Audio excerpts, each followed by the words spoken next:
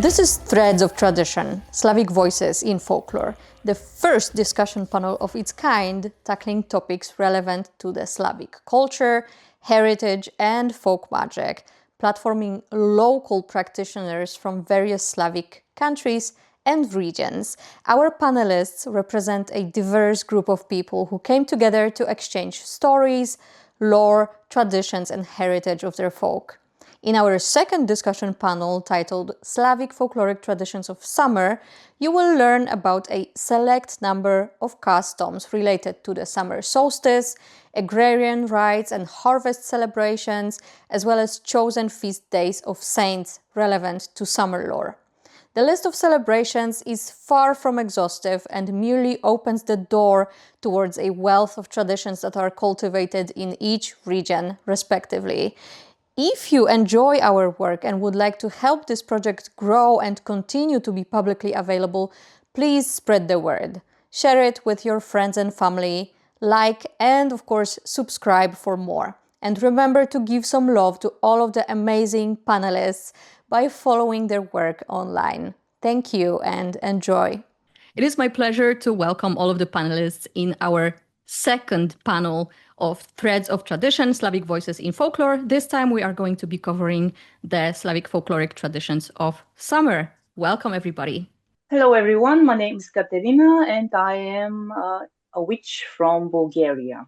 I am dealing with folk magic, folk customs, but also am interested in ancient practices, and I don't shy away from anything magic related for the Balkans. You can find all my information following the link that you'll find below. Hi, I'm Mariya. I'm a practitioner, an artist, and also folklore collector from Ukraine, from Transcarpathian region. You can find me on Instagram at 𝐏𝐻𝐿. Hi, my name is Sayaa, and I'm a pagan witch from the Lower Lusatia in Germany. And I'm studying and trying to educate people on the culture, folklore, and beliefs of the Sorbs. And you can mainly find me on Instagram under the name Sayangelic. Hi, I'm Bruno. I'm from Turiz region of Slovakia, and I'm a Slavic folk witch. Hi everyone, I'm Aleks, though most people online might know me as Balkan Witch. I am a faith healer and diviner based in Germany, but originally from Prilep, Macedonia. My practice weaves together Eastern Orthodox spirituality, Balkan folk magic, ancestral veneration, and contemporary energy healing modalities, such as Reiki and pranic healing. I offer spell work, energy healing, and divination services, and I also teach online courses, most notably the Balkan Witch course, which is a year-long program where people can learn about faith healing, folk magic, divination, ancestor work, saint veneration, and from time to time, when I'm in my home country, I also host live workshops. If you're curious to explore more of my work or see what I'm currently offering, you can find me on Instagram at Balkan Witch. I'm really excited to be here and looking forward to connecting with you all. Hi, I am Mariana, and I'm from Central Bohemia, Czech Republic. My practice revolves around plants, plant spirits, herbalism, aromatherapy, and I'm a creator of series of botanical oracle decks under my project Venelestis, which you can find under that name all over the interwebs. Hello everyone, my name is Tamara. I am a Slavic Balkan witch living in Slovenia. Originally my family is from Bosnia. I am a pagan, a witch, a coven high priestess, a seer. I mostly do like tarot readings and bean castings when it comes to my online offerings at the moment. And you can find me under the name Nightshade Tarot on Instagram. Hello everybody, my name is Joanna Tarnawska. I'm known everywhere online as the Polish folk witch. I come from Lower Silesia, the Dolnośląskie region in Poland. I am a practitioner of Polish folk magic, animism, and traditional folkloric witchcraft. I create education and community around Polish folk traditions and magic, animism, and witchcraft via Patreon, as well as writing articles and books on the subject. Summer solstice celebrations are important amongst all Slavic peoples. In your region or country, what are the most prominent folk traditions of summer solstice? How are they traditionally celebrated in your local communities? In Bulgaria, we celebrate the summer solstice with one grand festival, which in our tongue is 𝐏𝐀𝐍𝐄𝐋𝐈𝐒. This comes from the name of Saint John, but in our local variant of Ivan or Ioan, depending on the region. Of course, this name is different in different places of the country, but the name 𝐏𝐀𝐍𝐿 has been accepted generally as the one that's widely used and even now in modern context. Now, all of these celebrations are, of course, solar in their basis, and this is the time, of course, when the sun is at its highest power and it's the longest day of the year. And even though the celebration nowadays falls on the 24th of June and not specifically on the summer solstice, it's inevitably tied to the sun and its course. Oddly enough, we think that the summer solstice celebrations of 𝐏𝐻𝐿 are actually the beginning of winter. So this is the time when the sun has climbed on the top of its celestial path, and so it begins to go down, thus going towards winter and its wintry place of being. Now, being tied to the sun, this celebration is inevitably tied to herbs, and water plays a vital role. But there is this very interesting rite that is more different maybe from what you hear from the other panelists. And this is a rite that is called 𝐴ņuva bulja. Bulja meaning a dialect form of bride, bulka. And it's a way for divination and blessing of the houses, which is organized around a small girl, not more than 5 or 7 years old, which is dressed like a bride, which in our tradition includes, of course, bridal garments, which are real bridal garments, and a red veil, a red see-through veil. So this girl is surrounded, of course, with other girls that would carry her. She's not allowed to step on the ground, which is considered a taboo. And they go from house to house, sing songs, and bless the inhabitants of the places. Ultimately, she will then divine on bunches, flower bunches that are placed in water. Every girl that surrounds this gang of the 𝐴ņuva bulja will be leaving their bunch in the water beforehand, and then the 𝐴ņuva bulja will take out each bunch and will say some things like, oh, whatever she thinks. This is a way of divination that uses the imagination of a child, and the idea that its pure heart will bring pure results that are reflective of the future. Most of this divination, of course, being related to girls, is for marriage, something that was very important in the traditional society. Nowadays, these traditions are not so widespread, not at all, to be honest, but we are seeing a revival in the herbal and magical side of 𝐴ņuva, which stays a very important celebration here. And the most common thing that people do is weave a wreath, which is so large that people can pass through it, take the blessings of the sun. So in Ukraine, we celebrate Kupala night or Kupala day, day and night. It's also like summer solstice celebration. Of course, it's being celebrated not particularly on 21st when the solstice happening, but from 23rd to 24th of June on the Saint Ivan day, Saint John. It's also mostly around love, around people trying to find their second house, so to say, and also a lot about cleansing. So fire, water coming together, same as the female beginning, male beginning in the traditional senses, of course. People usually do this big bonfire nearby the body of water, and they dress up this beautiful tree called kupala tree with different colorful ribbons, herbs that are believed to be sacred on this night. They dance around it, the same as they dance around the bonfire. When the bonfire gets a little smaller, people start jumping over it as a sort of cleansing ritual, also as the bonding ritual with your loved one. You usually traditionally hold hands with the couple, and if you don't break apart, it means you're going to stay forever together.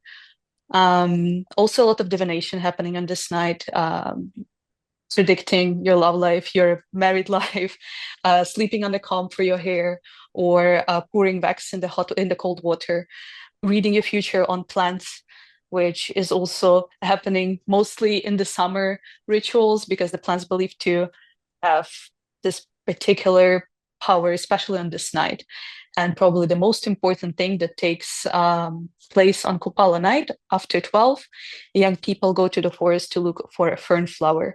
It believed to blossom only in a heartbeat and only for like a split second, and it is protected by the forest spirits and perhaps even demonic forces, because on this night the liminal space between our world and the spiritual world believed to be really thin. There is this ritual that says in order to find it, one has to lay out this sacrificial embroidered cloth on the ground nearby the fern grove.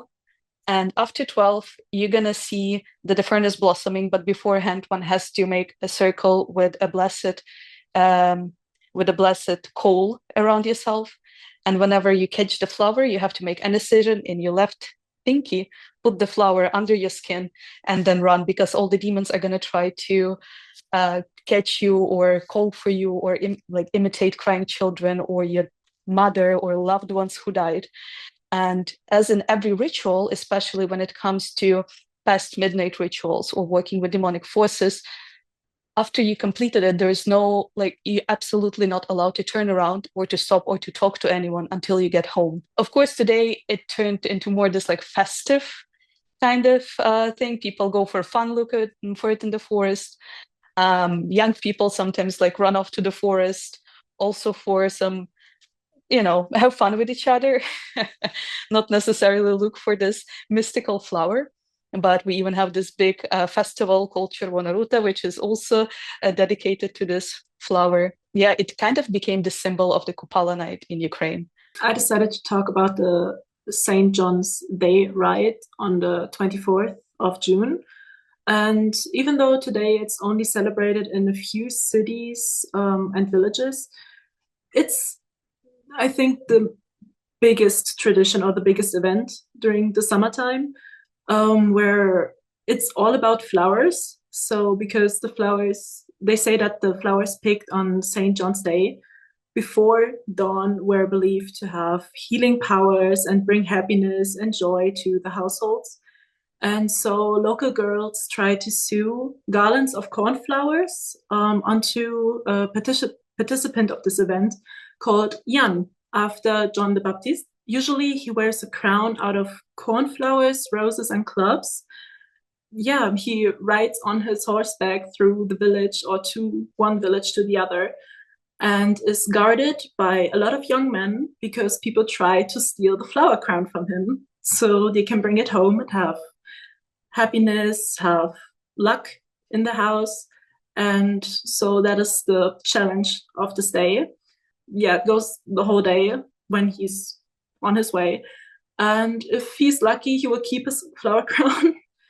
And the festive ends usually in a local pub where they celebrate, where they sing, where they dance, or in the village outside when they have the space. Then you have a big event outside and they just celebrate. In Slovakia, it's called Deň svätého Jána, or Pálenie Jana, in English, Feast of John the Baptist, or the Burning of John. It is also the biggest folk celebration in Slovakia. What's most important for it is the making of bonfires on the eve of 23rd of June, and they burn throughout the night, and it's a place for people to sing, dance, and even jump over the bonfires. And just like Mariya said, it's also believed that if two people that are in love will jump over it together, holding hands, they will be together forever and they will marry eventually.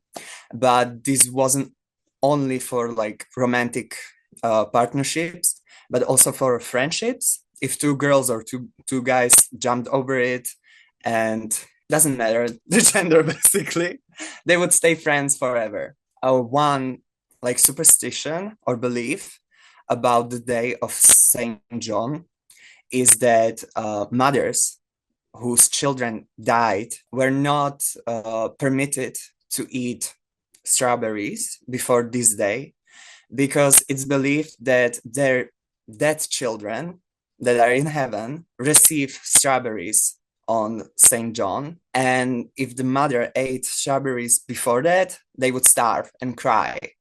So there's that. And also Saint John in Slovak folk culture is a patron of fields and flags also. He was prayed to, or more like enchantments invoking him were said near the flags field that go like Jan, Jan, daj mi dobrý lan, poťahám ťa za vlasy, aby vyrastol do pasy. In translation, John, John, John, give me good flags. I will pull your hair so it will grow up to the waist. Also, the bonfire, the embers of, or more like coals, were taken to the homes, and they were used for protection, not just for the household, but also for the fields.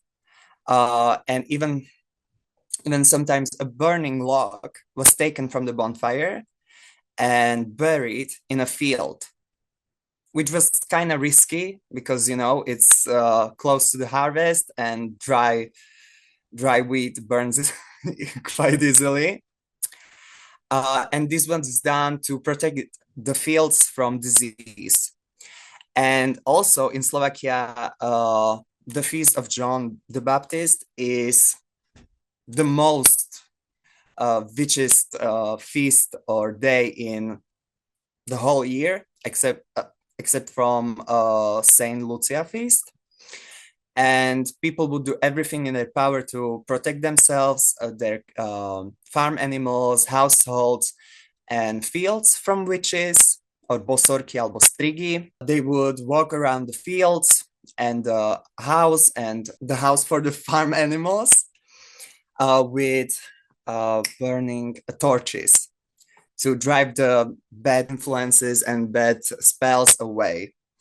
And also it was time for divination and cleansing in rivers, because it was also believed this is like the first day that it's safe to swim in river. Most divinations were focused on marriage and partners romantic.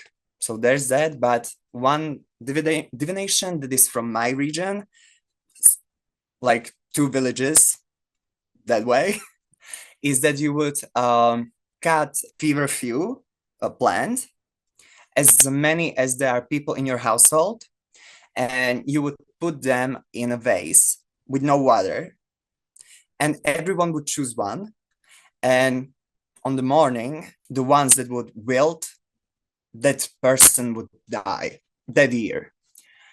And also it's a great time for collecting herbs. The practice is that you would do it on the midnight, naked and in total silence, which was great because in the olden days, this part was for the girls to show the guys how good they look, because men would sneak on them and would watch them collect flowers naked, and they would be like, wow, she's gorgeous, or they would make fun of her later because she had some blemishes or stuff like that. I just have to say that I love so far how we're talking about the summer solstice, and it's like this high peak of the light part of the year, but like we also have some like spooky stuff going through this, and like Yeah. that. It's an interesting mixture of both like fun and spooky at the same time. Yeah. Yeah. And I like how like there are a lot of similarities that I heard like from Bruno, for example, in my culture, like the certain things with the plants and the divination and whether, you know, how long the people would live like throughout the year, like we have something similar as well. In my culture, St. John's Day, which is on June 24th, is associated with the summer solstice. And it's basically our version of midsummer. And similar to like Bulgaria, we call it Ivan Den. And it is one of the major Orthodox Christian holidays in the Macedonian summer cycle. It basically celebrates the birth of Saint John the Baptist, or Sveti Jovan, as we call him in Macedonia. In the folk tradition, however, this holiday is far more than just a religious event. It's deeply connected to ancient, you know, pagan or Slavic customs surrounding the sun, nature, and the changing of the seasons. Pretty much what everyone so far, you know, has spoken about. This event takes place during the period of the summer solstice, when the days are longest and the sun is at its peak. In fact, within the old seasonal calendar, even then mirrors Christmas, which falls around the winter solstice, when the days are shortest. And these two holidays, they act as symbolic opposites, meaning that one is for the rebirth of light in the darkness, and the other is for the fullness of light at the height of summer. What makes Ivan Den so special is the wealth of beliefs and customs which are connected with fire, with herbs, with the elements, with the sun, which were long ago believed to hold protective, healing, and magical powers. This is also a very special day for healers and herbalists in my culture, who believe that the plants which are picked on the eve before St. John's Day have the most power, and they're used throughout the entire year. Another belief is that on this day the sun danced in the sky, or that it turned 3 times around, and this basically reflected the idea of nature itself celebrating life at the peak of the year. One popular custom associated with Ivanden from my region is called Tajane, namely on the event or the evening before Ivanden. Groups of young boys and girls would head out to gather wild herbs. And among these wild herbs, fern leaves were especially prized, as people believed that ferns carried protective powers, meaning that they could ward off evil, misfortune, illness. And the group would then decorate a small clay pot, and they would fill it with water, which was usually taken from like 3 different springs or 3 different rivers. And this is like a very common motive in a lot of Balkan, folk practices, where the water which is taken, it's usually taken from 3 different places, or sometimes 7 or 9, depending on the region. And basically this water would be collected, and one person from the group, which had the name of Tajane, he would carry the pot on his head, while the others would basically dance and sing around him, and they would chant these like special songs that spoke of good fortune, of health, of prosperity, of blessings. Then like early in the morning, the group would visit houses, local shops, still singing, collecting small gifts and coins from the townsfolk, and these would later be used for a shared dinner.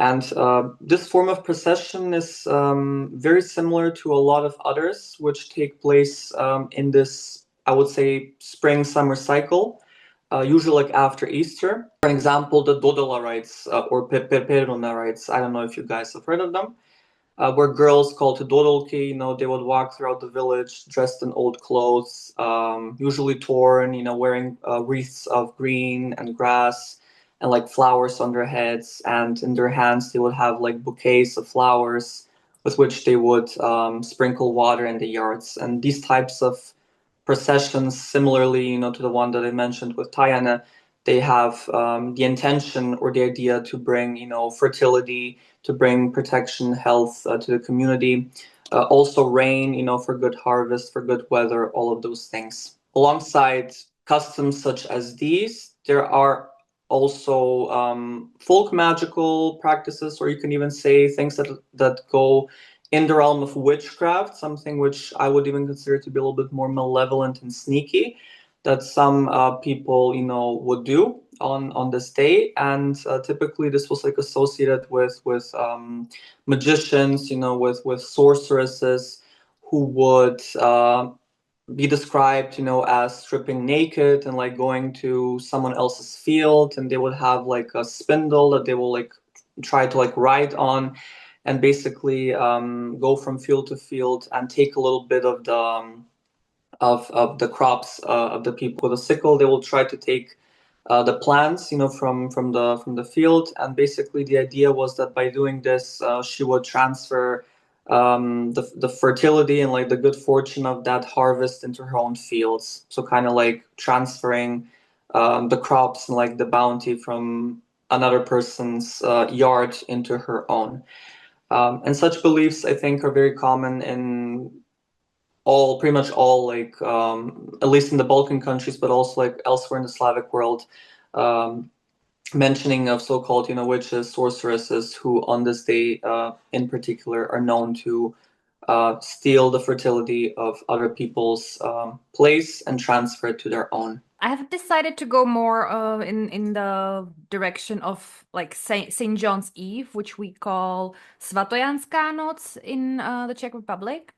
And in Bohemia, it is celebrated on the night of June 23rd, before the actual feast of John the Baptist, which is on the 24th. However, even though this is like the actual feast days, some communities, they tend to celebrate Svatojanská noc on the actual date of the summer solstice, which usually is a few days earlier. So it depends on the specific community whether they would celebrate the St. John's Eve itself on the actual eve of the feast day, or if they would celebrate it on the actual longest day of the year. Generally, as many of you or many of us already noted, it's a celebration of fire, water, greenery, like very fertility-centered festivity. In the previous installment, I mentioned like the Bohemian and Czech tendency to burn witches at the end of April. And we are also continuing this like fire theme here as well. We used to light bonfires that are called Jana or Janek on hilltops, and decorated like the surroundings with maypoles in some communities who didn't do maypoles in May, or like young spruces and other like very spring themed decorations. And the celebrations during the St. John's Eve included feasting, dancing, sports, and other fire rituals like the mentioned, like jumping across the fires, burning logs, some divinations and stuff like that. Nowadays, like the hilltop fires are banned because it's like a fire risk, and most of the land is not that private. It's just forbidden. But sometimes like people light them in private fire pits on private properties, but not like on actual like hilltops to like see each other's fires across the villages and stuff. What is interesting, and some of you mentioned as well, that there is the gathering of the St. John's herbs, and we in Bohemia have actually like a set number or like set list of herbs that are being gathered. These herbs are believed to be like in their peak magical and healing powers on this night, and afterwards the herbs that are gathered later are said like to be not as powerful. This is actually something that is like correlated in actual like medical herbalism, where actual herbs for like medicine are also supposed to be gathered around the time of the solstice, and afterwards it's because these herbs start to bloom, which is like the most like active ingredients that they have, and after they have like bloomed for a while, the plant itself becomes like biologically weaker and gets ready to actually like put all the energy into seeding and like for next year. So this is like an interesting correlation between like the magical and the actual like medicinal sciencey stuff. I have the list of herbs that are gathered in Bohemia, and I think like it's probably going to be very similar for like a lot of you. First, of course, is St. John's wort, which is Hypericum perforatum. We call it koření či bylina svatého Jana, and it translates to herb of St. John. Then it's mugwort, which is Artemisia vulgaris. In Czech, it's Černobyl svatého Jana pás, loosely translated to black herb of St. John or St. John's belt. Then it's wormwood, which is Artemisia absinthium. We call it svatého Jana bylina, loosely again translated to herb of Saint John. Then it's melilot. I'm not sure if it's the right English common name, but it's Melilotus officinalis. In Czech is Kadeř svatojanská. It's like a Czech folk name. It's not an actual botanical name. And that translates into St. John's curls. Then it's a biting stone crop, a sedum acre, which is in Czech svatojanské zelí, translated to English into St. John's cabbage.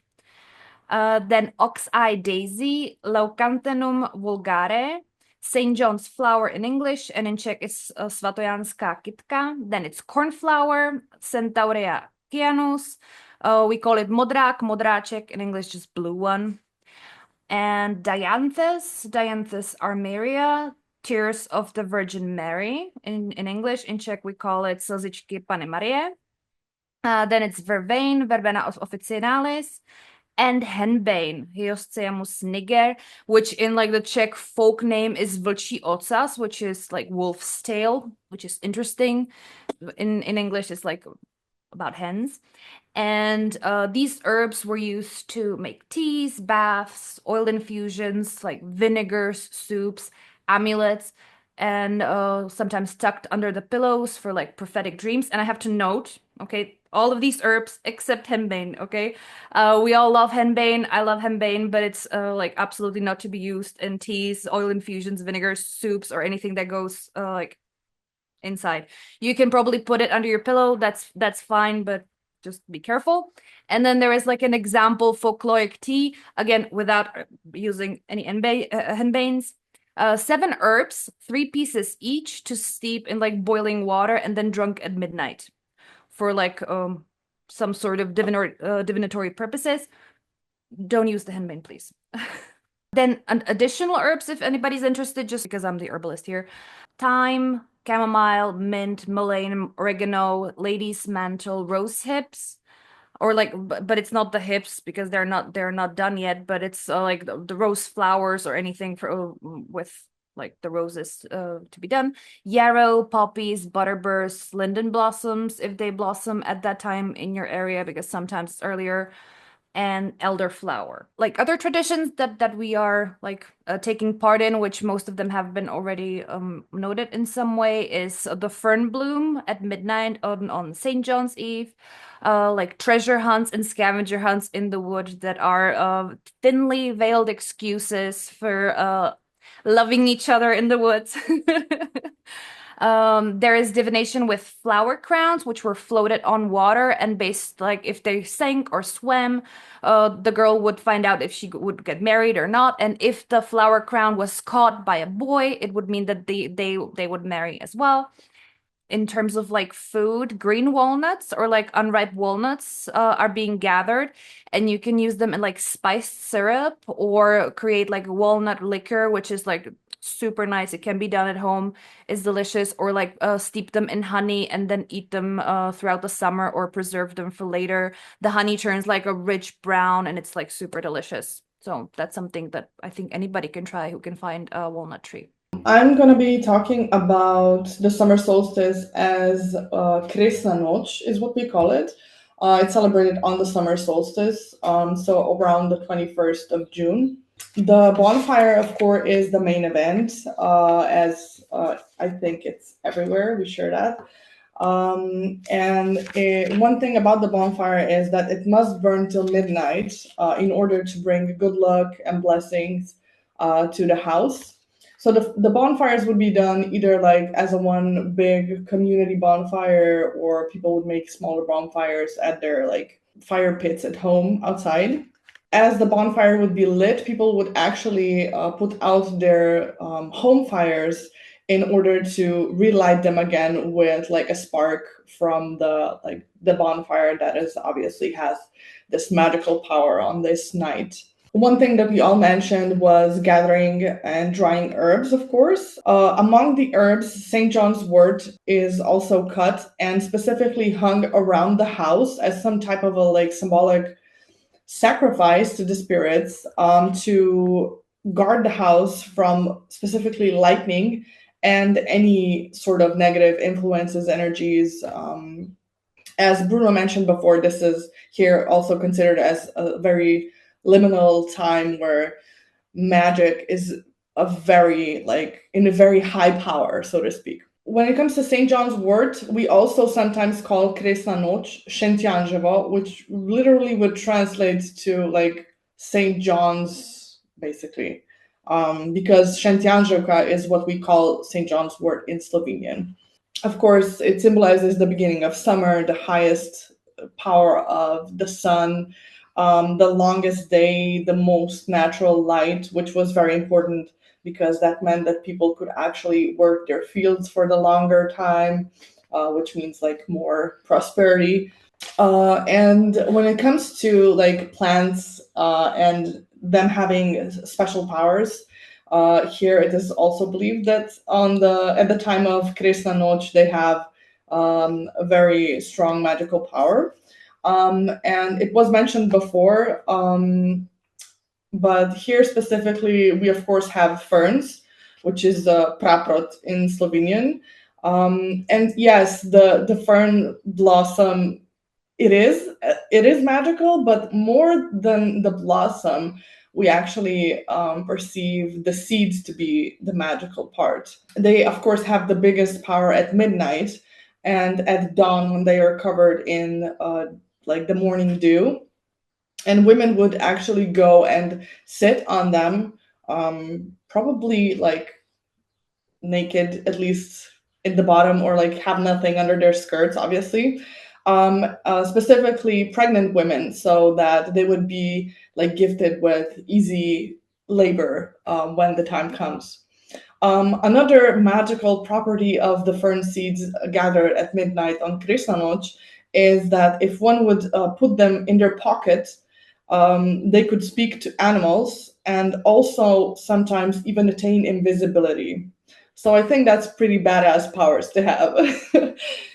Some other herbs, I already mentioned St. John's wort, 𝐏𝐀𝐍𝐿𝐒𝐉𝐒, but also Marietice or daisies and Ivanštice, which is the ox-eye daisy that I think mentioned, or Mariana, I'm not sure.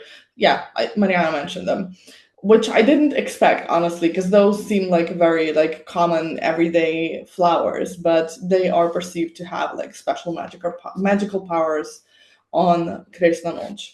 A couple of more like traditions, I guess, that we have is rolling like sun-shaped wooden wheels, like sort of in a game, but also symbolizing the turn of the wheel of the year in a sense, and celebrating the sun itself, because the sun-shaped wheels obviously represent the sun spinning.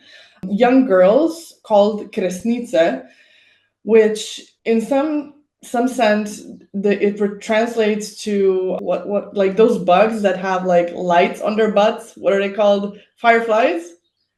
Yeah, so kresnice is fireflies, but also kresnice in sense of relating to the bonfire, because kres means bonfire. So they would be singing harvest songs in order to like bring in more prosperity and such. So that's a bit like overall in general when it comes to Kresna Noč. But we also have a very specific, I guess I would say deity, but also it's perceived as almost like a spirit of Kresna Noč, and he is called Kresnik. He is like sometimes perceived as a Slavic god associated with like fire and the summer solstice and storms. So there is again this energy of fire and water combining and dancing together. But he's also the son of Svarog. He supposedly lives on a sacred mountain on top of the world. And he at this time fights the Snake Queen, which kind of represents the battle of the sun and the light with any evil spirits or evil influences that are very strong and powerful at this time of year. He is also known in Croatia, so it's not only in Slovenia, well, in some parts at least, as far as I know. But as I mentioned, he is not only seen as a deity, he's also like a very close spirit to the people, because he was never viewed as like this god that lives somewhere far away, like an abstract god, but more a protector of people. So he was almost evolved like into a Slovenian national hero, like as a protector. And sometimes he even has a human form, in which he is perceived as this like great king who is very skilled with magic and also in farming. Sometimes he is seen in this animal shape as deer with golden antlers. Of course, Christianity kind of replaced him with John the Baptist, but Kresnik is like still a very, very prominent figure here in Slovenia. So it is even said that Svarog crowned him king of the Slovenes, or the Slovenian people. And when his rule came to an end, he passed his like ruling mantle to Kralj Matjaž, King Matjaž, which is also another story that we have, but I'm not going to go into that.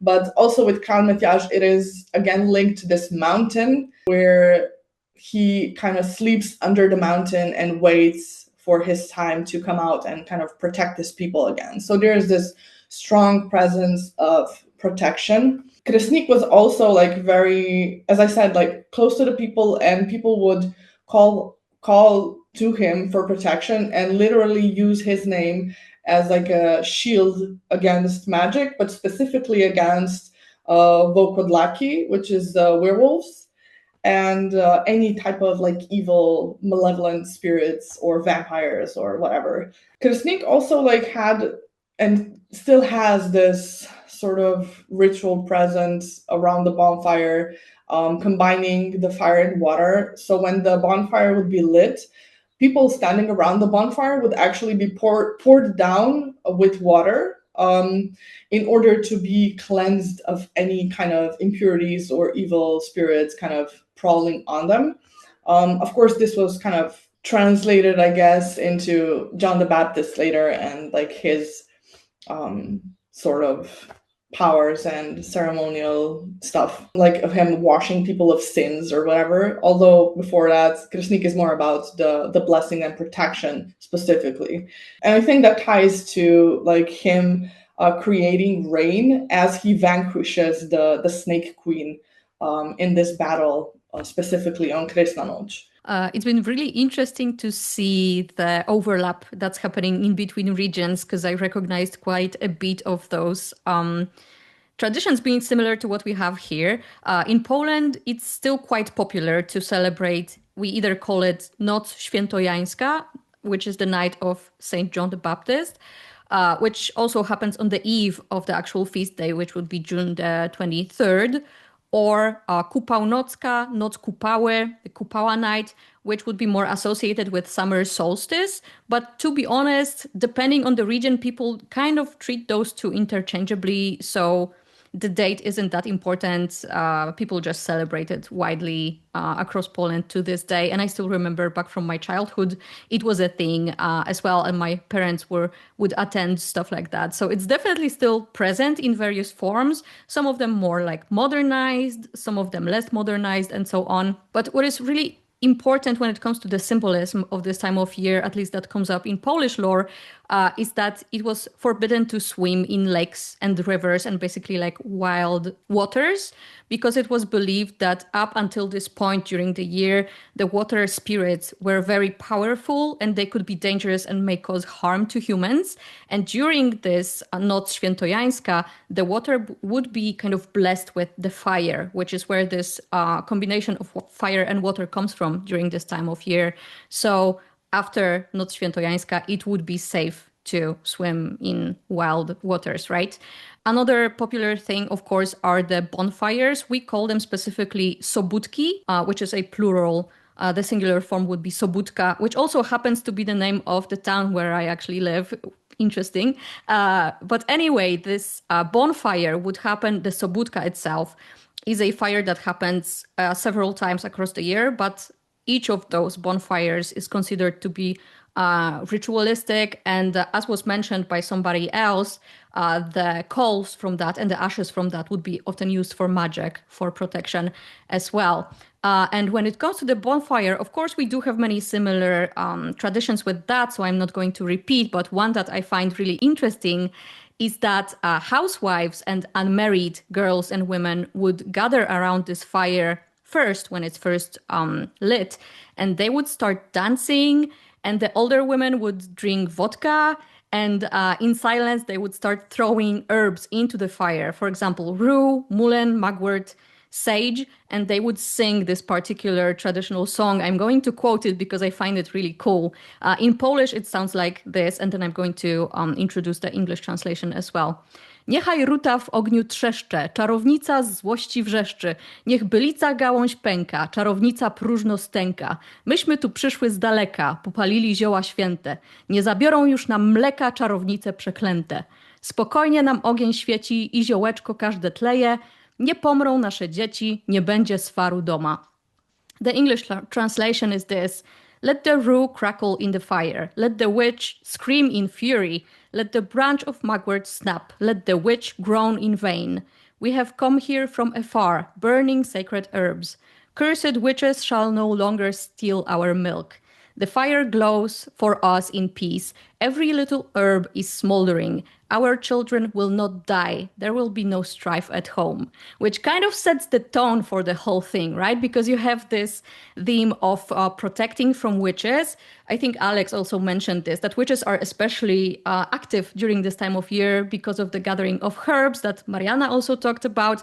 They are at the peak of their power. And in Poland specifically, mugwort is the most prominent herb during this tradition. I actually do have a wreath of mugwort that I keep from last year's Kupała night. Everybody wears a crown or a wreath of mugwort on their head as protection from witchcraft, protection from migraines, surprisingly, but also belts, which I think is in line with the Czech name of the plant, right? The belt of Saint John. You would also wear it around your waist as a belt to protect yourself from any like malicious influences. So mugwort plays this special role during this time of year. And of course, a lot of it is as well about fertility, you know, having fun, intimate fun together in the forest and stuff like that. So I'm not going to repeat those themes, but it seems that the main themes are the blessing of water so that they are safe to partake in, the protection from witchcraft, as well as the fertility that happens during this time of year. If I may, I just want to note with the mugwort, in like my view and my practice, I believe that mugwort is like one of the like most cleansing herbs that you can use that is like local and abundant. We hear a lot of the discussions about like white sage and cleansing with sages. I think that if we are here like in Europe, in Central Europe, mugwort is great for like cleansing through incense and like creating bundles. It smells wonderfully. If it can be used as a tea in like small portions, either again for cleansing or for like divination. And it's like a wonderful herb that can be used for many different things, and it grows everywhere. You can also smoke it. Like you have the mugwort wreath. I have my bouquet of St. John's herbs, which was collected at midnight, naked in silence. And also the St. John's wort. In Slovakia, we call it krv svätého Jána, or the blood of John the Baptist. And another divination that I just remembered is that if you have a partner and you want to know if they are not cheating on you, that they are loyal, you would take unopened bud and grind it between your fingers. And if the juice was thick and red, they are loyal to you. But if it was like watery and not much of a color, they are cheating. Good to know. Yeah, I love the divination that happens this time of year. Everything's about basically getting laid or having a good partner. So, I mean, fair enough. Or drinking vodka by the bonfire, right? I love that for those single ladies, honestly. Like, they deserve to drink vodka by the bonfire and like make it protective for everybody else. That's such a good role, I think, in community. Perfect. I just wanted to say also on similar note, like this eve of John the Baptist, it was especially important for girls and women. It's even like in some regions, it's told that men can do anything. They shouldn't work. They should just stay home, basically, and later go to the bonfires because it's for the girls. Also, I wanted to mention, completely forgot about flower crowns. Obviously, everyone is wearing them, but we also have this thing that we take candles, light them from this sacred bonfire, put on the flower crowns, and when the divination time comes, again, to see if you're getting married or if your boy catches the flower crown from the river, we put them on the river and let them like swim along. And at night, sometimes you can see rivers completely lit up with those like little moving lights. And of course, if candle goes out, like no love luck for you this year at least. And if someone catches it, then obviously you might have something with them. And forgot to mention, I was talking a lot about the fern blossom, but I didn't say what it's for, right? And as already someone mentioned, you can talk to animals or become invisible, but it can also point you to those hidden riches or like forbidden knowledge that is considered to be like the highest rank of witchcraft, or in our case, in my region, like wallflowers. And yeah, kind of like this liminal between dark and light. So forbidden knowledge, but at the same time, so desirable. That's why a lot of people going for it. I also have one more thing regarding the fern, and this is speculation because as far as I know, ferns don't blossom like botanically. And the second part, I'm not sure who mentioned it. If it's not the blossom, it's the seeds. Ferns also don't have any seeds; they have spores.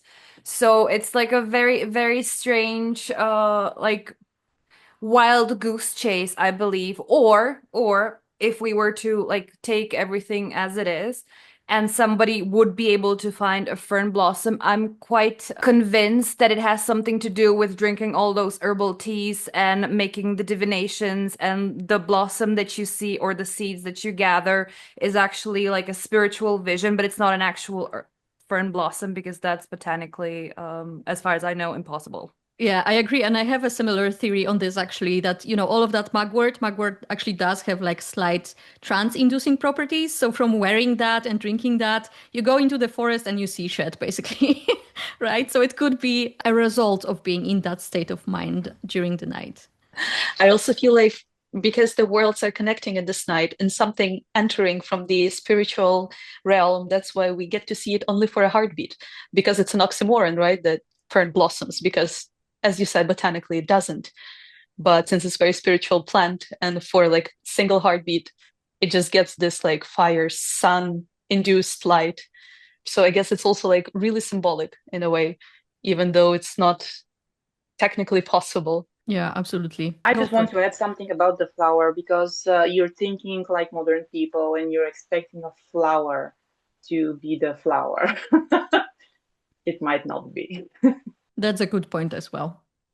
My brain also goes to questions, you know, what if it isn't of the fern at all? What if it's like something that actually grows on the fern that looks like a flower? But you know, we can just go on and on. We will never know. I mean, unless you go to the forest and actually find one. I haven't had luck yet, so I can't and tell. you're technically talking to animals, so you know. Yeah. For sure. In your region or country, what are some other folkloric observances of summertime, and how are they traditionally celebrated in your local communities? The other summer celebrations in Bulgaria are various, of course, but I have decided to share about a specific one that is actually not Slavic at all. And this is because I really wanted to showcase that the Slavic world is not uniform, something that Joanna has been preaching all over. So I decided to talk about the Nestinari rite, which is the Bulgarian and also Greek, by the way, form of sacred fire walking. Now, this is not something that is done throughout the whole territory of modern-day Bulgaria and modern-day Greece. It is confined to our southeastern part, respectively the neighboring part of Greece, and specifically the regions that are close to the Black Sea coast. And in Greek, our name Nestinari actually comes from the Greek term, which is anastenaria, and it is preserved in a couple of villages still. And it's a rite that happens on a specific day connected with Saint Constantine and Saint Helen. But although it is Christian in its appearance, as everything that we're speaking about is actually, it's believed to have very deep roots, even as far back as antiquity and Thracian times. Now, the rite itself doesn't start with the fire walking, because this is something that even Bulgarians mistaken. The rite itself is a large celebration, which, as I said, is connected to the day of Saint Constantine and Helen, which is 21st of May or the beginning of June. But it must be said that it also was performed back in the day on different summer celebrations, like Ilinden, which is Saint Elijah's day, which is 20th of July. Of course, most notably the so-called Gureshnici, the hot days connected with the saint, we call her Marina or Mariana, which is in English Margaret of Antioch, which is 17th of July. And of course, it was performed even on the day of the largest power of the sun, Enuben, or Saint John's Day, 24th of June.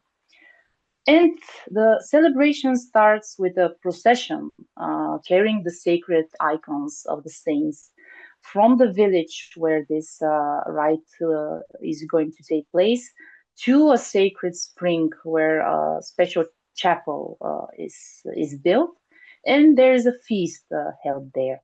Now, all of this is accompanied by music, which is predominantly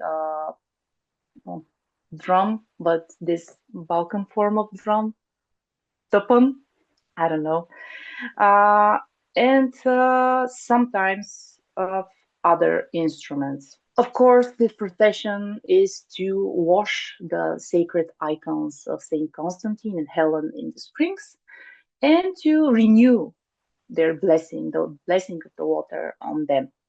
Now, it's an interesting combination between water and fire, as we've been seeing throughout other summer celebrations.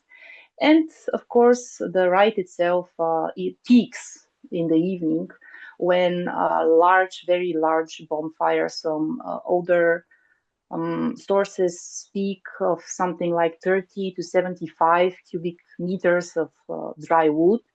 So a very large bonfire is prepared, but it's not the bonfire that's so important, like the flame, but the embers that it leaves. Fire walking is something that is done all over the globe. There are a lot of instances of fire walking, but what we have here is fire walking for the sake of purification of the village, the people, even in later periods, the country itself. It is done by people who are known to be Nestinari, roughly explained fire walkers, enter into a trance state, which is aided by the long rites before that, and they would enter the flames. And with their entering, they would burn all the sins, to put it metaphorically, the diseases, the misfortune, the ill happenings of the village, the region, and as I said, even the country. Of course, this is a rite that has been very easy to become profane and to be performed like in restaurants on the seaside, etc. But there are still people who are truly called, and this trance state is what is different with the mere performance of firewalking. Now, although we have, of course, the central figures of the saints, this rite obviously has very deep pagan roots. And one of the interesting things, and I'll finish with that, that is different from the Christian faith is that in reality, Constantine and Helen are son and mother, while in the folk belief, they're either brother and sister, sometimes a divine couple, lovers, or they do hold different relationships. So it's an interesting way of preserving an old tradition and a very interesting way that it still persists even nowadays as a fire celebration. Well, in Ukraine, as a deeply agrarian region, obviously all the rites that take place in summer, when the crops are already either giving its fruits or coming ready to be picked, a lot of rites are concentrated around protection of the said crops. So it's very important. After the solstice, we have Peter and Paul Day, which is usually done for protective magic among the practitioner communities. People usually go to church and also bless their candles for the protective qualities later. And Prophet Elijah Day, that Katerina also mentioned on 20th of July, is he's considered to be a saint of rain and thunder, which is very important in the days of drought, which causes obviously a big problem for the people who grow crops. And usually in those days, we have songs that are calling for rain or calls for the Elijah to bring the rain to protect the crops and save people from drought. On this day, people usually make a feast, sharing food with the loved ones, sharing with the poor, tending to beehives, because right after Elijah, on the 1st of August, we have Savior of the Honey Feast, which is when people already bring their honey to get blessed, and apples. And on this day, people usually fast in a way that you don't eat meat, you don't consume alcohol, you only eat pastry or baked goods made from apple, drizzled with honey, and celebrate the gifts of the bees, which also play a big cultural role of this importance for the Ukrainian people. And on the 29th of August, we have Natspas, where it's when the nut harvest already comes in, and practically the same thing happens as with the apples and the honey. You bless the nuts, you eat pastry made from nuts. It is generally like culturally very important holiday. People always say that a good person is not getting stung by bees. After hard work, the sweet honey always comes. And after the first spas, everything becomes blessed. This is sort of this big preparation before probably one of the main events in the late summer is Żniwa. It's harvest day, and usually the first sheaf of wheat is getting decorated with ribbons, with wildflowers. The matriarch of the family who owns the field usually protects the field from the bad hand by tying a knot on the edge of the field, and it's called zakrutka. Obviously, while it's all happening, all the ladies are singing. The songs are considered to be protective as well. But also for the community, you work all day in the field. There is no, phones or TVs, so you gotta entertain yourself somehow. So everyone just singing. So the archive of the songs that were recorded is so wide. I don't think it's possible to go through it in even a year. Then 𝐏𝐀𝐍𝐄𝐋𝐈𝐒 𝐒 that is usually being made also from this first sheaf of wheat is considered to be a protective element that is being later hung either on the entrance door or on the wall of the household. And 𝐷iduch which I already mentioned in the previous video, is usually being made also from the first sheaf of wheat. It is considered to be this vessel for the ancestors to enter and then spend Christmas with you. And the equinox in spring is already being burnt, releasing the said ancestors back to the heavens. Obviously, protective magic is also being done not only to the harvest, but among everyone. You also bless your livestock with hromnice, with the sweet, with the candle that was made in the spring. You bless your children, families, houses. And the last sheaf of wheat is considered to be picked in complete silence, because the spirit of the field shall not be disturbed by the end of the workday. And it's also being made rather ceremonial, like really ceremonic, and with a great respect to the mentioned spirit of the fields. So I chose a tradition around the 𝐏𝐀𝐍𝐄𝐋𝐈𝐒, the rooster, the male chicken, since we already heard that the harvest was a very important time for a lot of areas. In Sorbian areas, the grain harvest was the most important one, because this decided if the farmers were wealthy or not wealthy, and of course if the whole village will have enough food for the next year. And it was said that the 𝐏𝐾𝐀, the rooster, has the powers to influence this harvest season just by resting mostly. So he was working the whole time, and then at the last day of harvest he would rest, and people would decorate with flowers and would announce the last day of the harvest. So yeah, just to celebrate, I guess. They were very happy when the time was over, because they had some rough weather, a lot of storms, and when everything went well, of course they were happy. And then the next step was to take the chicken, put it on the field and let it run loose. So since they had to threshing the grain, they would run after them with a flail and try to hit it and to kill it. Today, of course, the chicken is not killed anymore. They found another way around it. For example, in Burg, in the Spree forest, in the Lower Lusatia, they take the chicken, put it in a hole, put some wooden boards over it, and put a pot on it. And then usually the men get blindfolded and need to hit this pot 3 times. And the first one who is able to do it is called the king, and can choose a queen from the girls that are dancing around him. He will be blindfolded again and then needs to catch her so that she will be his queen. After that, the chasing is not over, because then they will take the chicken out of the hole, let it run loose, and then the other men will try to get this chicken. Yeah, in the end, they will catch the chicken, hopefully, and it will be auctioned to the people who want it.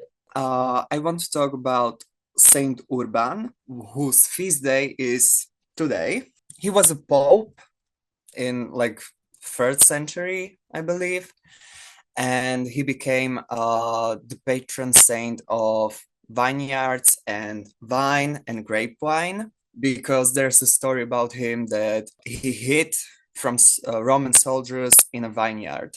He was and still is venerated, especially in the grape vine growing areas of Slovakia, especially in the west and south. There are statues of him everywhere. This day was important because if today the weather is nice, it was said that Saint Urban came down from the stove and there will be no frosts. People would venerate him with processions on this day. They would drink lots of wine, pray to him for the protection of the grapes and for bountiful harvest. They would even pour wine at the feet of the statues and bring flowers, bouquets, and offerings, basically, for fertility and prosperity of the vineyard. There's a folk legend about him, why the grape wine is so will easily die from frost, but blackberries will never. And that is that when he was very old, he was blind, and he asked some young men to bring him branches of wine so he could bless them. And they decided to like make fun of him and trick him, and they brought him blackberry branches. So he blessed them. When he found out, he was like really mad. So he decided wine will get frostbite, basically. Another saint I wanted to talk about is Saint Zofia or Sofia, whose feast day is the 15th of May. And she is basically the patron saint of flax, which is important to me because I grow flax and I process it and spin it. It said this is the best day for sowing the flax because it will grow long and luscious like her hair. You usually mix the seeds with blessed eggshells from Velká noc or Easter. You will sprinkle it with holy water. You can pray a bit and then you sow it. And you have to look on a big mountain or at least the tallest tree that you can see. So the flax will grow tall. And also it should be done by the tallest person in the household. I will be speaking a little bit about a 3-day period in July, which Katerina already mentioned in her presentation, called 𝐏𝐀𝐍𝐄𝐋𝐈𝐒, which you will also hear other dialect terms like 𝐏𝐿𝐴 or 𝐿𝐴, which if we translate these terms in English, they all roughly mean hot days or burning days. These are the penultimate 3 days of July. So in like Macedonia, they start on July 28th and end on July 30th, which is the feast day of the Holy Martyr Marina. They are the hottest days of the year when the fields are basically very dry and various taboos are observed to protect against fire from the earth, wildfire, for example, or from the heavens, which is lightning. It is a custom not to do any agricultural work this day and the previous 2 days. And the most terrible days are basically the first and the third day. So the beginning of this period and the end of the period, they're considered to be like the worst days. On the first day, all fire is extinguished. So like no fire is lit whatsoever. And on the third day, a new living fire is ritually rekindled. Saint Mariana, as I mentioned, is connected to the hot days. And in my tradition, she is venerated by the name Ognjena Marija, which if I translate it in English, it would mean Fiery Mary or Fiery Maria. In our folk tradition, she is basically one of the most powerful and feared female folk figures and is described as a saint or a spirit who is entirely devoted to justice, to order, retribution. She's said to punish liars and thieves, wicked people, and also dishonest and immoral women with infertility, as well as cause fires in the home and in their property, to occur. She belongs to the fire saints and is also the patron saint of sowing, of harvest. She protects the fields from lightning and rain, and also punishes those who work on her feast day with fire, which is a characteristic that pretty much all saints, especially the female saints in my tradition, kind of share. When it comes to like working on their respective feast days, it's seen as a very big offense, and normally people would avoid doing all types of labor and activities and chores on such feast days because of the fact that if they do, they would be punished by these saints. So this is a quality that's not only like typical for Saint Mariana, as I said, but also to other female folk saints who examine pretty similar, characteristics. Despite being rewritten into an Orthodox Christian saint, Ognjena Marija's true name is still recognized, celebrated, and respected, as well as feared. And folklore pairs her often together with Saint Elijah and Saint Mary Magdalene, which the three of them are basically seen as siblings. And typically it's said that Saint Marina and Saint Elijah, like the two of them, when they get angry, basically the whole balance of the world hangs on line. Saint Mary Magdalene would be the one who would kind of calm the both of them down and remind them that everything is gonna be okay, and they should not cause any chaos and destruction, to the world, because both of them have pretty similar qualities when it comes to, fire, but also their connection to rain, to the weather, and like during these 3 hot days, it is said that the whole line of balance, is disrupted, and nature sort of comes back to its standstill after August 2nd, which in my tradition is Ilinden, connected to Saint Elijah. That's when the weather once again cools down and we move forward to a much more peaceful and calm period in nature. In different parts of Macedonia, you would hear different beliefs about the hot days. In Veles, for example, people believe that spirits called Čurčuci, if I translate it from means smoky ones, they would set fire to the homes of those who disrespected the holiday and worked during it. So even blacksmiths and all those who in some way had contact with fire, they would avoid doing their activities because of this fear. And in other regions such as Ohrid, people believe that Saint Marina controlled storms and she protected the fields and harvest. And if someone disrespected her during her day, it was feared that she would send fierce winds and thunderstorms and heavy rains. They would strike and disrupt the homes and the fields of the people. Similarly, in Kočani and surrounding villages, it was believed until recently that if someone cooked or lit a fire during these days, it would bring bad luck or illness or some type of a disaster. Because of that fact, it was avoided. So even lighting candles was considered dangerous, and people would, as I said, not light any type of fire whatsoever. To this day, I would say that a lot of these beliefs persist in rural areas, though often as folklore rather than strict practice. Unfortunately, because of a lot of westernization in my culture, and the fact that young people don't really like to preserve these traditions or learn about them or believe in them, to be honest, they don't really continue on, this legacy of practice. So a lot of these beliefs that were mentioned are, to an extent, not as practiced anymore. They exist as folklore. There are a lot of stories and legends about them. But as practice, besides in certain rural areas connected to these towns that I've mentioned, you will not find a lot of it still being done in this day and age. I have chosen to share a bit about the harvest season and customs in Bohemia.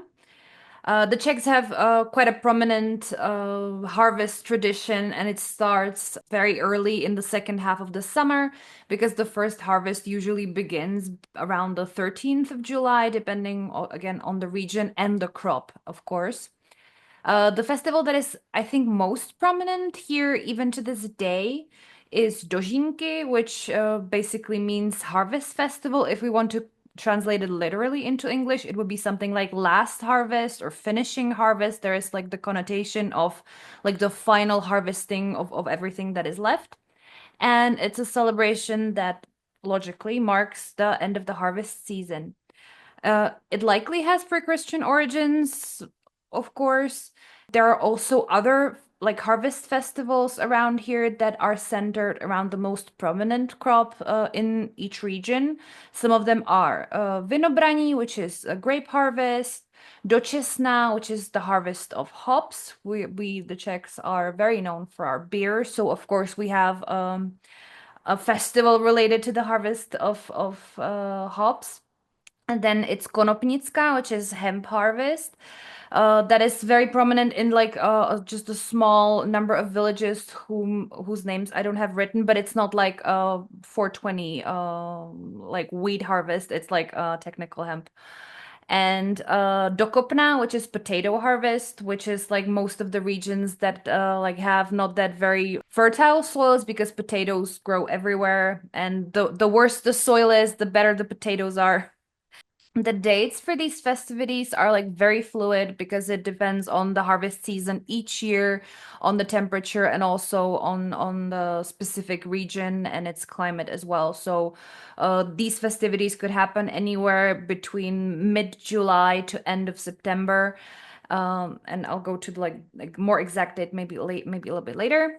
Some of the folk customs that we can observe or see in different regions is of course like processions from the field where people would be adorned with flowers and grain stalks and wreaths and would carry like the first harvests into the village. There is also the creation of 𝐏𝐀𝐍𝐄𝐋𝐈𝐒𝐒 vienec, which is like a harvest wreath that is quite significant. It would be created from the last grains and the last stalks of grain, and it would be kept in the house or in the barn until the spring sowing as like a offering. I wouldn't say like the deities, but like as an offering to the spirits of the grain. Sometimes it's called also 𝐏𝐻𝐿𝐴 slunce, which means the harvest sun. Usually the shape of it would be quite similar. Notably, this name is in Pardubice. It's very prominent.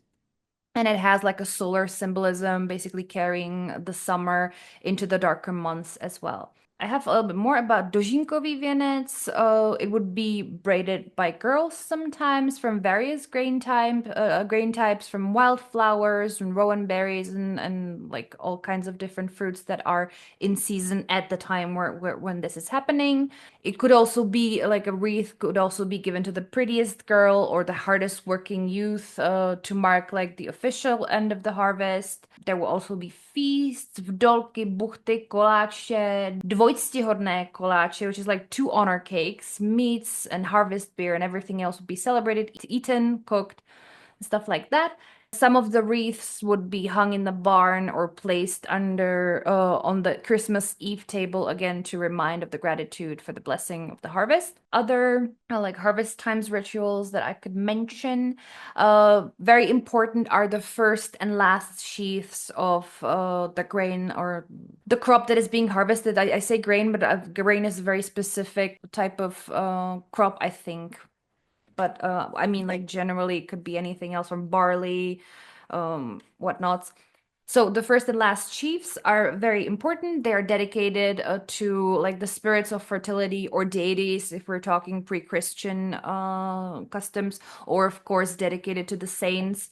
The last sheaf would be decorated, named. In the Czech Republic would be like something like baba, dědek, nevěsta, stará, žebrák, and dressed in old clothes and placed in a cart and be carried through the final harvest through the village, from the field and around, and then placed again either in the barn or like kept until the next year. And often as we Slavs do, people would drink alcohol from the morning and be merry and like celebrate the joyful procession. And in terms of dožinky, I think it's very interesting that this whole tradition has kept up in some form even to this day. And even in the cities, like in Prague and like in the larger cities, we do have festivals that are called dožinky or vinobraní. It is not that much an agrarian thing, especially in Prague, because we Prague people are office people, not agrarians. But those festivals would be connected with like culinary things. There would be concerts, farmers markets, craft markets, young wine tastings, and other things that are connected to the harvest in some way, because still we do live from the land in one way or another, even though our crops sometimes come from a supermarket. In the cities, when we're talking about these festivals, those would happen usually around September to October. If it's like more wine themed, then it would be a little bit later, because we would have like a St. Martin's wine, but that's almost a topic for autumn. So we will leave that for later. I'm gonna share just a little bit about the first harvest as well, just very shortly, because I feel like we have very similar customs when it comes to that, and harvest is the big thing, obviously, because people's survival used to depend on this. I mean, it still does, obviously, but it's easier to kind of forget, I feel like. So the date of the first harvest, actually isn't really set. It really depends on when the actual first harvest is done. And that usually starts going on by the end of June, when barley matures, because that was one of the first things that people would harvest around here. And then another big one is the harvest of wheat that starts specifically at St. Jacob's, which is on the 25th of July. And that used to be a ritualistic harvest in a way as well. Not so much anymore, but what women who were harvesting, they were called žanice, because žeti means to harvest or to gather. They would use like these scythes, and they were dressed nicely in sort of celebration of that harvest. Today, they mostly just like, you don't see that as much anymore, or almost at all, unless there's like a recreation, like purposefully in terms of like, you know, presenting people with like historical facts. Sometimes people even have like these kind of competitions when it comes to that, in terms of kind of honoring this tradition, where, you know, you have žanice who will be in the front, and they're like cutting wheat, and then you have the men following them who are kind of gathering wheat in these like little bows, and they kind of compete in these like lines, like who will be the fastest and who will have the fattest bows of wheat. Baking of bread is like one big thing that is happening, or not necessarily bread, but any food that is made with any type of wheat at this time of year. As you know, grains were the first harvested. And as was mentioned before, we here also have a tradition of making dolls out of grain. They're called žitne ľudke, which is just literally grain dolls. Or sometimes they're called children of the first harvest. And they are made of the last bow of grain that is harvested that year. And it depends. If that bow is thick, then it is said that the harvest is going to be plenty. What they get for that year will be plenty. And if it's thin, it means that they will like barely get through winter till the next season, or like they might not even get through it. So this last bow was fashioned into this doll, which is sort of symbolic of this like mother goddess of the harvest, and it carries pretty significant meaning. So they were made and put into the house to bring good fortune and protection once again for the year, until the next year, of course, when the old doll is destroyed and the new one is made. I just want to mention that the dolls are not as much made anymore, obviously, but they are still like sold on different like fairs and such, for people to buy, in order to kind of still bring blessings and good fortune into their home for the year. Next to like all the grain made food, another typical sort of dish is strawberry cake in this time of year. When it comes to all the harvest traditions, I feel like there's a lot of overlap, so I'm not going to repeat myself. All I'm going to mention is that in Poland, it also depends heavily on when the actual harvest is happening, and it's happening faster and faster these days due to climate change. So it's strange to observe that some of those celebrations that used to take place in August now take place in July, just because of the changes that are happening in the climate. But other than the harvest stuff, which is very similar to other Western Slavic areas that have been mentioned, I want to talk about the two feast days of folkloric Marys, which to me are very interesting. The first one happens on July 2nd, and it's the Matki Boskiej Jagodnej, or Our Lady of Berries. It's very similar to what Bruno mentioned about the harvest of strawberries.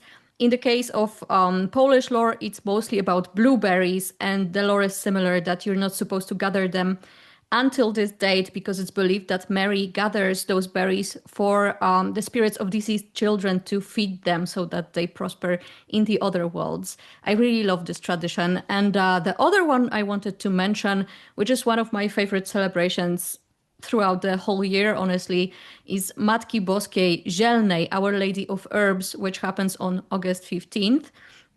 And on this date, there is this tradition of gathering bouquets of herbs. This is one of several dates throughout summer when we focus on harvesting herbs for medicinal purposes as well as magical purposes, mostly to protect the household, to heal some ailments, to undo curses, and so on. So on Matki Boskiej Zielnej, we make bouquets, which we then turn into herbal bundles like this that are used for 𝐏𝐀𝐍𝐄𝐋𝐈𝐒, which is the fumigation of a person or of a household, again, either for healing or protection or for taking away some magic from somebody. This is something that we really like to do. Like these days, people usually take these bouquets, gather them first thing in the morning, and then consecrate them in the church. However, those of us who are more, let's say, not church inclined would then, consecrate those herbs ourselves, dry them, and use them all throughout the year. Usually, also, if any of that bouquet stays with you and you don't use up the whole thing around the year, you would burn that thing and then create a new one just to have some kind of continuity. But yeah, I really love this tradition as well. I just wanted to say, love this. You totally reminded me that in Slovakia, the 2nd of July, the visitation of Virgin Mary, we call it also Panna Mária Jahodná, which is like Virgin Mary of strawberries. And it's also tradition that you can pick strawberries after this date. And the first 3 handfuls you would sacrifice to Mary. The next year, the strawberries would be bountiful again. In your craft, what summertime traditions do you practice today?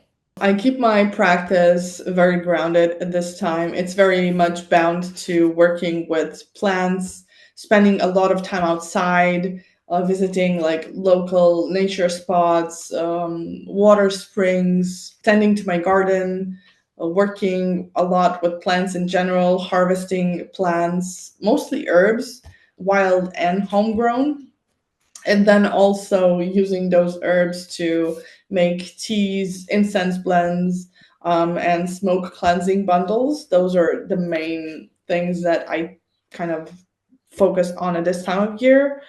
But also just observing local wildlife, just observing how the birds are acting, what is going on, and other small animals that live around me, stuff like that. Very simple, but things that kind of make me in tune with nature. When it comes to our common work, we are mostly focused on gratitude and recognition of our blessings and learning, so study about plants, and working with various bodies of water, because we are surrounded with like various rivers, streams, fresh springs, lakes, and such. So that is mostly it. When it comes to like my practices and what I do like during the summer period, I would say that it's a blend of like multiple things.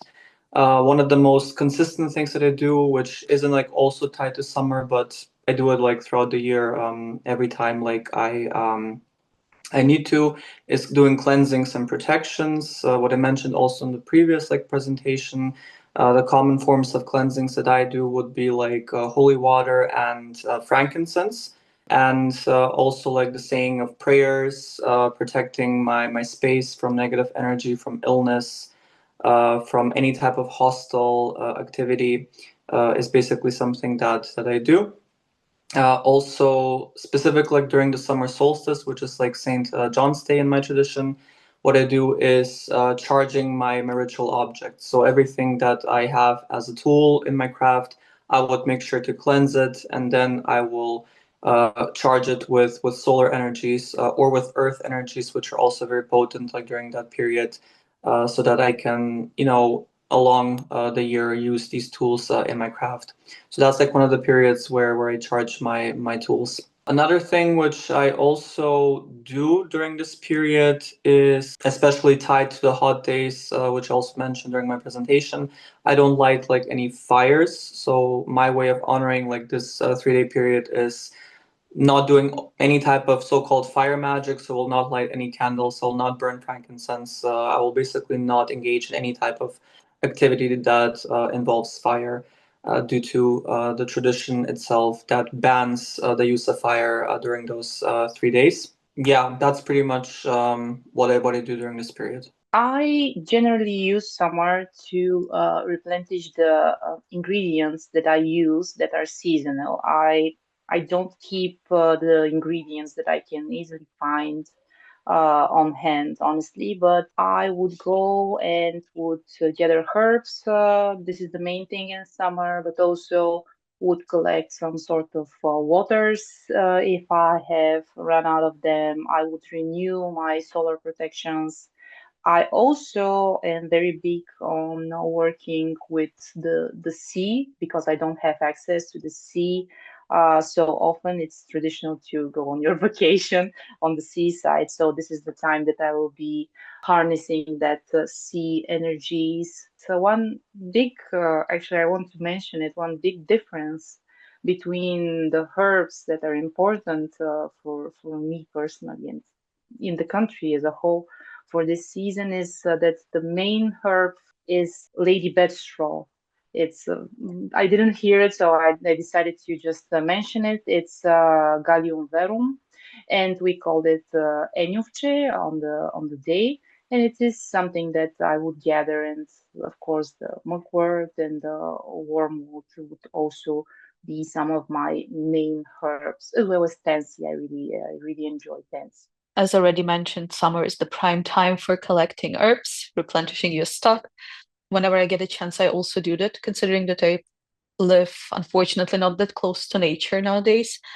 But we always try to get away around Pentecost. And also during the summer, on St. Elijah, water is considered blessed. So even though you're not really allowed to get into the bodies of water, I try to collect it or collect rainwater.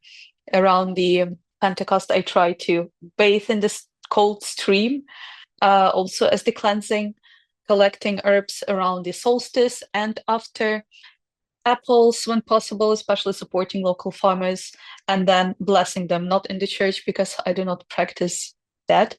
Also working, for me, it's important, especially during the summer. I feel like this liminal space really becomes so thin that the spirit works goes especially well, summer and fall, and working with different deities, either can be water or preferably in my case also often that would be called demonic. It in a way works exceptionally well during this time, which can also be worked with the ancestral spirits or the protective spells and things like that. Also on the Saint Elijah Day or Святого Іллі, the blessings to water, sending food down the river or sometimes baskets of food as an offering to water spirits on this day. I too usually keep it very simple, not much special things, but just going out into the forest, collecting and drying plants, herbs, flowers, and try to connect with the earth, with the nature, with the spirits surrounding, and usually just meditate in the open as long as it's warm. So yeah.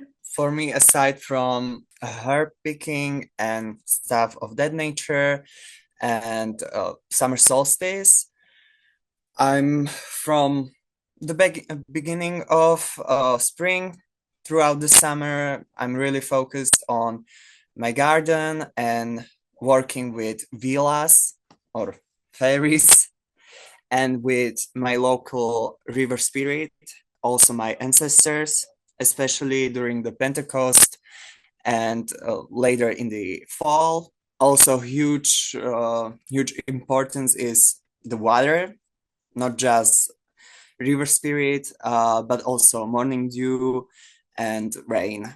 It's all about water and fire. I think everybody else here mentioned, I do a lot of like gardening and work with plants during the summer.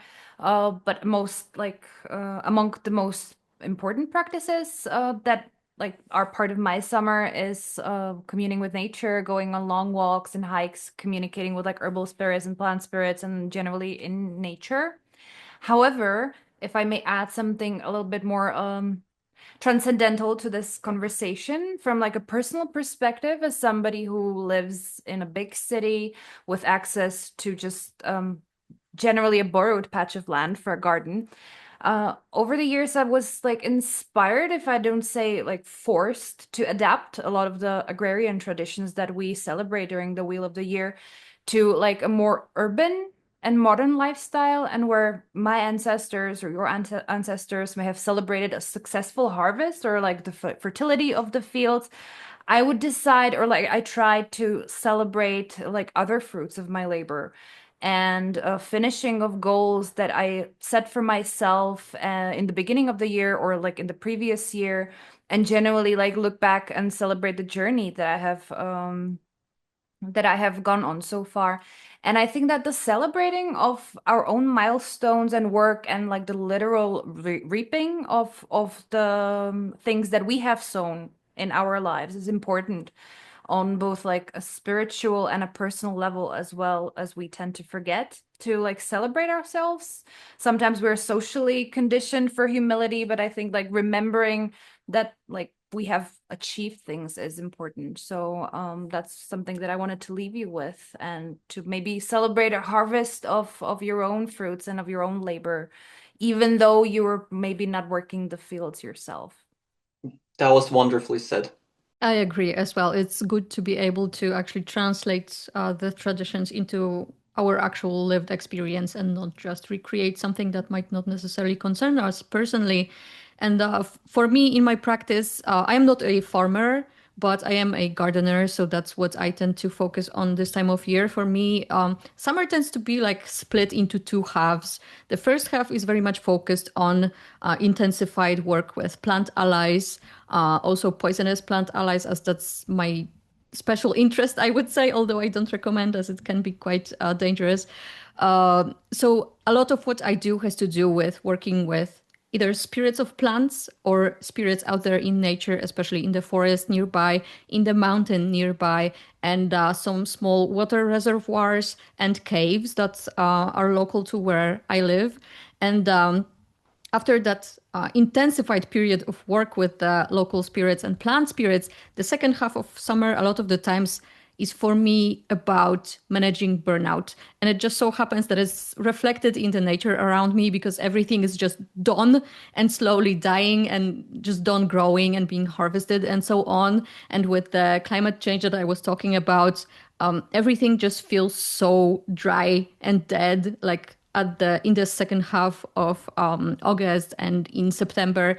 And I feel like it's a lot of the times reflected in how I feel internally as well. So managing burnout, just dealing with, the kind of, you reap what you sow, basically, right? So if you overwork yourself in the first half, you have to deal with the consequences of that in the second half of summer. But also magic that has to do with managing the weather conditions where I live, because it just so happens that we either get a lot of storms or we don't get them at all, and it's very dry. And then at the beginning of September, a lot of the times we get floods, which can be quite dangerous where we live. So I like to involve myself magically with that and ask certain saints, especially who are responsible for managing the levels of water in the soil and so on, so that it's maybe not as dangerous, and we can kind of slide off without major damage to our household and so on. So that's kind of what I do during summer. Yeah, that actually reminds me. That's something that's part of my practice for the last couple of years, I would say, as well. When it comes to weather, I feel like it's getting just more and more extreme, having like these insane storms. Like I remember, like, I don't know if it was last year or like 2 years ago, but we had this crazy storm. It was like the trees, the fruit trees in our garden were like literally laying flat on the ground. That's how bad the winds were and everything. So with all of that going on, it reminded me that, yeah, that's actually something that's becoming part of my regular practice at this time of year as well, just because it's just getting so intense and it feels like it needs a little bit of like gentling, if that's the Yeah. correct word. Yeah, I can say the same. Like weather magic in my personal practice is also like a very big thing, and I wouldn't just like limit it, to the summer period. I do it like quite often, especially like here in Germany, we have like a lot of wind, a lot of storms, and I do try to make it as mild as it can get. And I've also like witnessed such events as Tamara mentioned, like trees being like knocked over, and especially like in Macedonia during the summer, it can get very, very destructive. And if you have like the tools and the knowledge to do something, like why not?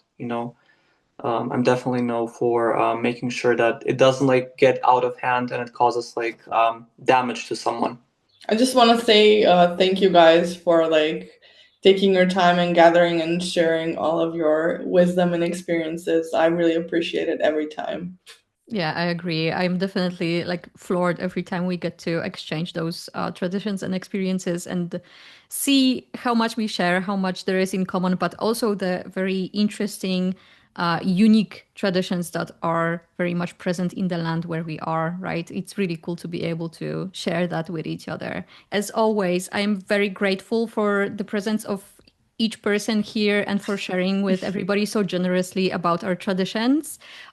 Please, for the viewers, remember to check out the description below because there's going to be links for each of the participants so you can check their work out. A lot of them share very interesting either classes or resources out there or even products that you can check out. So definitely do participate in that. And thank you so, so, so much for being here. Thank you. Thank you, guys. Thank you so much. Time.